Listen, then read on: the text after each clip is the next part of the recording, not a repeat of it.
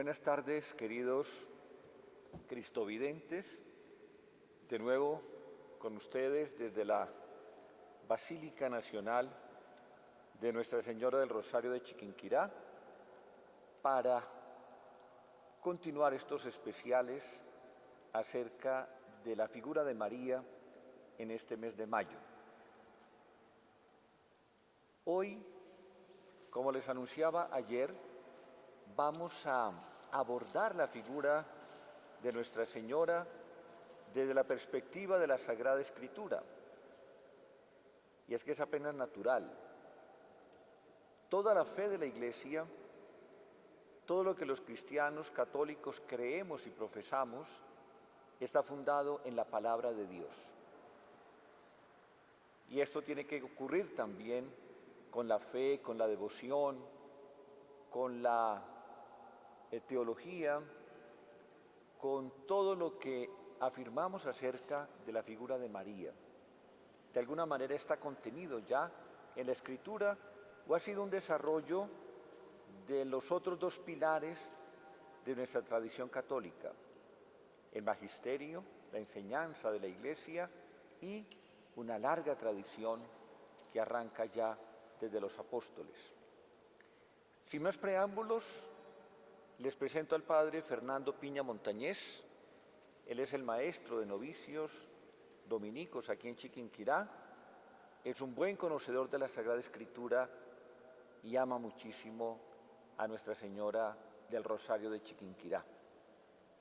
Empecemos pues con él este diálogo e invitémoslo a que nos cuente qué presencia tiene María en la Sagrada Escritura y concretamente en el Antiguo Testamento.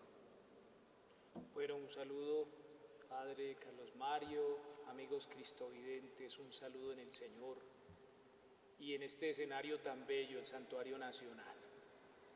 Como primera medida, María tiene una presencia desde la revelación, desde Dios mismo, que la anuncia en el Antiguo Testamento, en el Génesis, en Isaías, en los profetas. Pero esa manifestación y esa revelación se hará evidente en el Nuevo Testamento.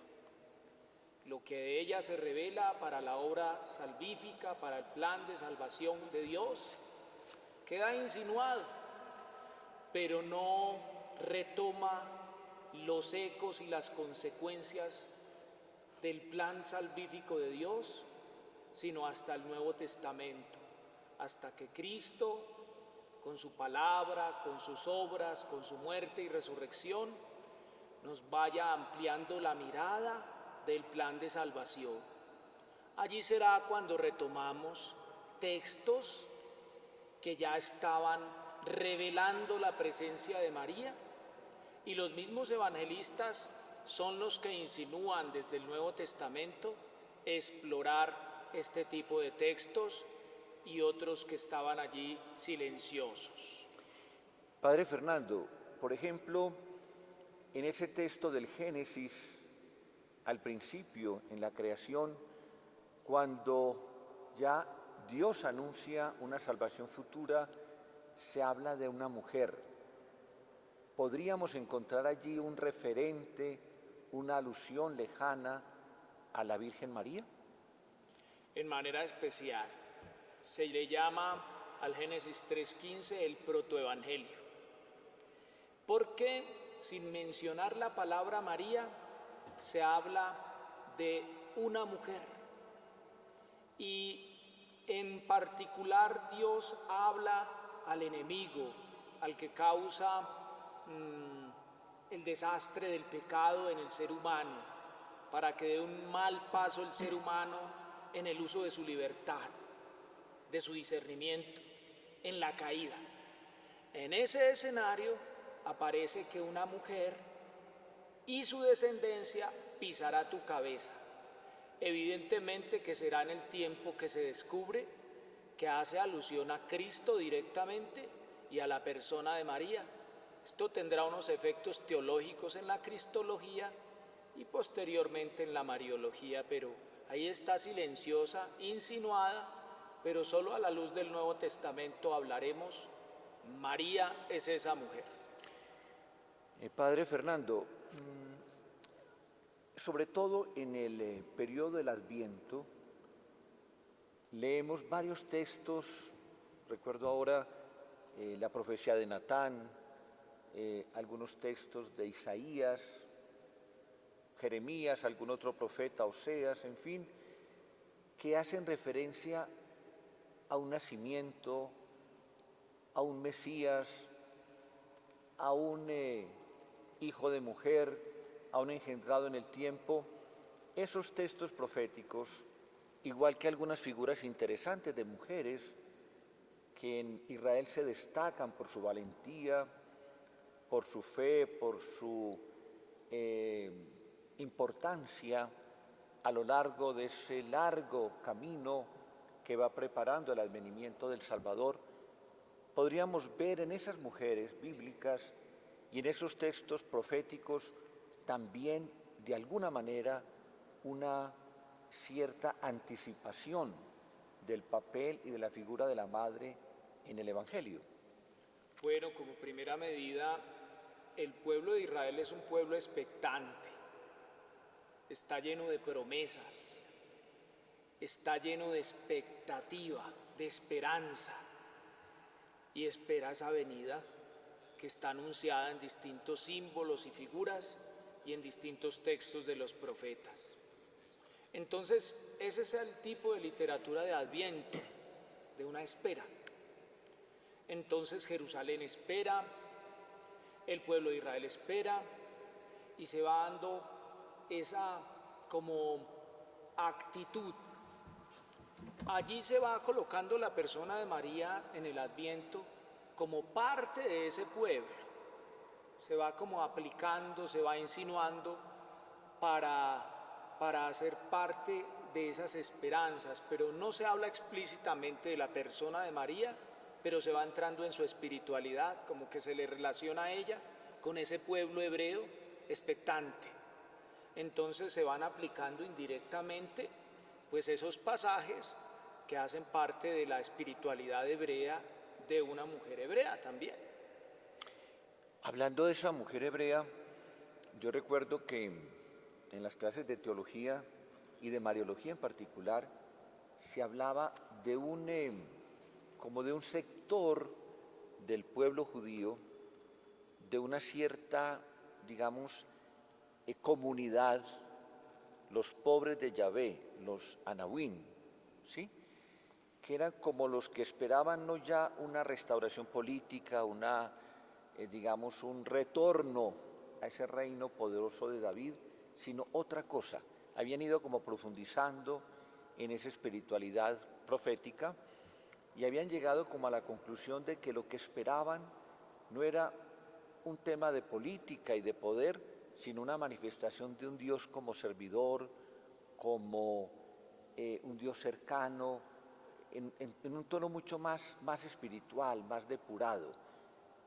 María haría parte de esa comunidad junto con Isabel, con Juan el Bautista, en fin, que de alguna manera como que están más cercanos, más próximos a la venida del Señor. Bueno, como primera medida, después de Babilonia, de la infidelidad del pueblo de Dios, se tuvo que ir purificando la fe. Empezó una transformación, llamamos el judaísmo, el culto sinagogal los sábados, la meditación de los profetas, y es allí donde a la luz de Moisés y el Pentateuco tienen que ir purificando su fe y encontrando como esas expectativas mesiánicas más detalladas. Será en el tiempo que se va manifestando que un resto, a eso te refieres, que lo llamarán después los Anahuín, los pobres de Yahvé. Ese resto es como el que está más preparado, más purificado, y me llama la atención. Seguramente los evangelios son quienes lo insinúan, que ese resto está pues en los pobres, en los sencillos de corazón, y será propiamente Jesús que se identifica con esa porción del pueblo, con su sencillez, con la actitud de siervo, que hará en el tiempo identificar ese resto, pues esos creyentes de Galilea, de Nazaret, pues de esos sitios donde no se espera mayor salvación, porque se esperaba viniera desde los judíos, quizás en un sentido político, el mundo fariseo tenía esa idea, pero es en el tiempo y con la persona de Jesús y con la reflexión de los evangelios que comprenderemos que ese resto es ese nuevo pueblo y que es otra la salvación distinta de pues la estructura social, política y económica. Quizás es algo más amplio propio de Jesús. No puedo yo terminar este primer segmento del programa, el tiempo en televisión es muy corto, sin preguntarte a ti rápidamente. Hay en el Antiguo Testamento varios relatos de nacimientos prodigiosos de mujeres estériles, de Sansón, por ejemplo, el mismo Juan Bautista. ¿Cuál sería la diferencia entre esos nacimientos maravillosos, milagrosos, y la anunciación y la encarnación de Jesús en el seno de la Virgen?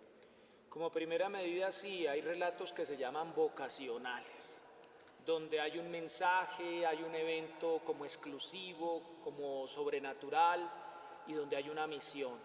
En esos relatos para profetas o para jueces, pues hay un evento que es la intervención de Dios y la salvación.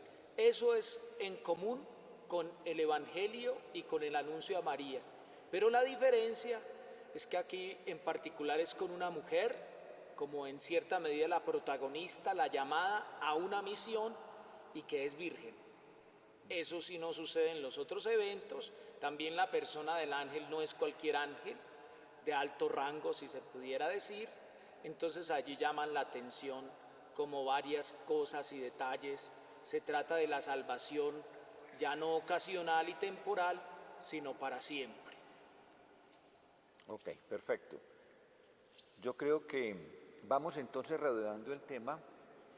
Estamos frente a toda una tradición de más de 1500 años en donde el pueblo judío se va preparando, sin entenderlo muchas veces, para ese gran acontecimiento que es el centro focal de nuestra historia, que es la encarnación. Y en esa larga historia hay presencias, hay figuras, hay textos que de alguna manera van indicando la manera como Dios va a irrumpir en nuestra historia a través del nacimiento milagroso en el seno de una mujer que nosotros conocemos como María, que es Madre de Dios y Madre nuestra. De nuevo con ustedes, acá desde Chiquinquirá, desde la casa de todos los colombianos, y teniendo detrás el lienzo maravilloso de la Virgen del Rosario de Chiquinquirá, que nos acompaña, nos protege y nos mira con ternura y compasión. Queridos amigos cristovidentes, seguimos con el Padre Fernando, hablando acerca de María y su presencia a lo largo y ancho de la Sagrada Escritura. Padre Fernando, cuéntanos, la Virgen aparece en el Evangelio varias veces. Son apariciones, llamémoslas episódicas, intrascendentes, o tienen un fondo, un significado, un simbolismo que vale la pena resaltar. Como primera medida, ciertamente aparece en los 4 evangelios, es mencionada, en unos con más detalle, especialmente en Mateo, en Lucas y en Juan. Tienen más detalle, todavía más características y tipificaciones especiales. Vemos en la reflexión de estos evangelistas que quisieron de manera intencionada dejar allí esa huella de María, no como protagonista de la salvación, pero sí como parte de ella. Lo vemos en Mateo de manera particular, resalta la virginidad de su concepción, la concepción virginal en su seno de la persona de Jesús. Ese anuncio, esa claridad del mensaje de manera como ineludible y clara.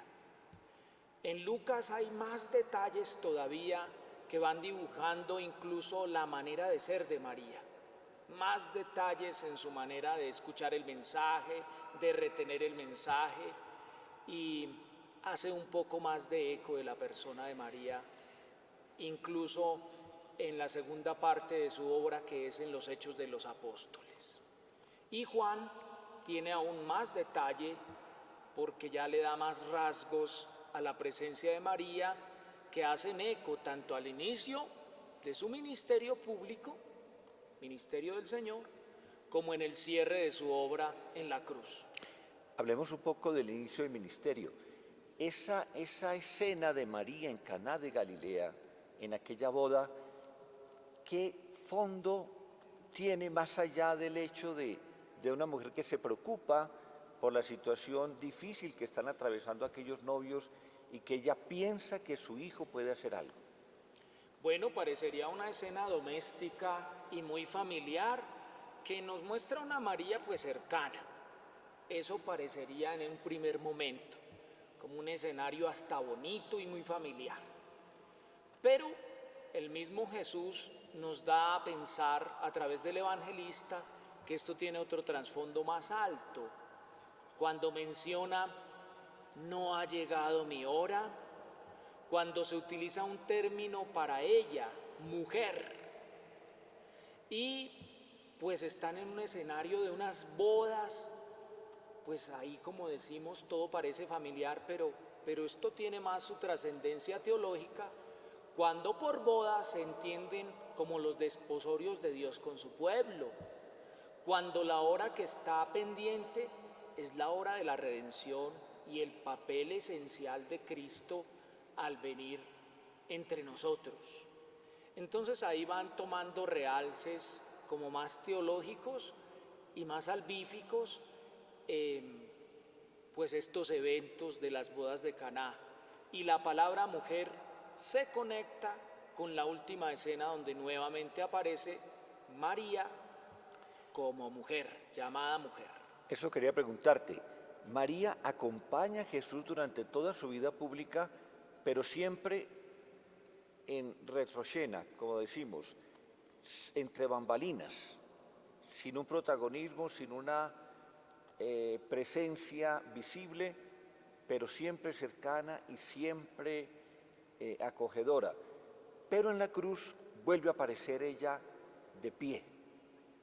¿Qué significado tiene esa presencia de María, donde ella, cuando todos han huido, cuando todos lo han traicionado, ella permanece ahí junto a la cruz? Creo que hay dos características esenciales, y qué bello decir esta meditación en este escenario de un santuario mariano. ¿A qué se viene? Creo que aprender eso. Estar de pie junto a la cruz es un signo primero de fidelidad. Como bien has dicho, muchos huyeron, los mismos discípulos. Y estar ahí con otras mujeres, haciendo iglesia, haciendo presencia de fidelidad, esto es fundamental. Otra característica de la persona de María al estar ahí de pie junto a la cruz es la fortaleza, su actitud ante el dolor. No se victimiza, está en pie. Y esto es fundamental para un santuario mariano y para una espiritualidad mariana. Aprender de ella que está ahí de pie junto a la cruz, afrontando. Y definitivamente pues lo que se sigue, que es el regalo. Ella no tendrá más protagonismo que el que le da Jesús. Ella a sí misma no se busca en protagonismo, sino el que le da a su Hijo. En unos días vamos a celebrar Pentecostés y nos cuenta el Evangelio que María estaba allí con los discípulos orando. Ella recibe al Espíritu Santo. ¿Cuál será la misión de María en esa comunidad apostólica irradiada por la fuerza del Espíritu Santo? Bueno, lo reciben todos. María, junto con el común de personas que están allí, más mujeres y también más discípulos. Allí viene la ministerialidad de la iglesia. Brota. Hay unas bases que Jesús va dejando, va constituyendo una comunidad, pero allí brota Pentecostés, la ministerialidad, la gracia de una misión, de una comunión totalmente nuevas, totalmente nuevas. Y allí María, como mujer, como parte de la iglesia, pues empieza a brotar en una ministerialidad también, como los laicos tendrán unas gracias particulares recibidas del Espíritu Santo, María una gracia particular al acompañar a esta comunidad. Fernando, tú has insistido mucho en la figura de María como parte de la iglesia, ¿sí? Y creo que Pablo, en su teología, coloca también a María en ese nivel sin mencionarla.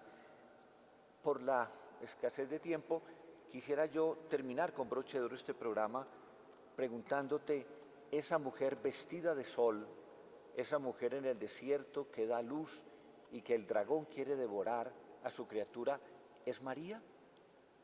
Bueno, Pablo menciona algo en las Gálatas, nacido de mujer, no tiene demasiado protagonismo, siempre Cristo. Y ya Juan en el Apocalipsis, mujer vestida de sol, pues se hace referencia a la iglesia. Yo diría que una iglesia no sin María, porque esa figura tiene más detalles, dolores de parto, un niño, un dragón, una serie de conjuntos de detalles que hacen pensar en María, pero pensar solo en ella no es suficiente. Creo que hay que pensar en toda la iglesia. No hay una iglesia sin María, ni una María sin iglesia. Muy bien, Padre Fernando, muchas gracias por tus aportes. El tiempo es breve, pero creo que hemos tenido un chapuzón rápido de María en la Sagrada Escritura. Mañana los esperamos a esta misma hora para que hablemos de las advocaciones marianas, precisamente en el día de Nuestra Señora de Fátima. Que tengan feliz tarde.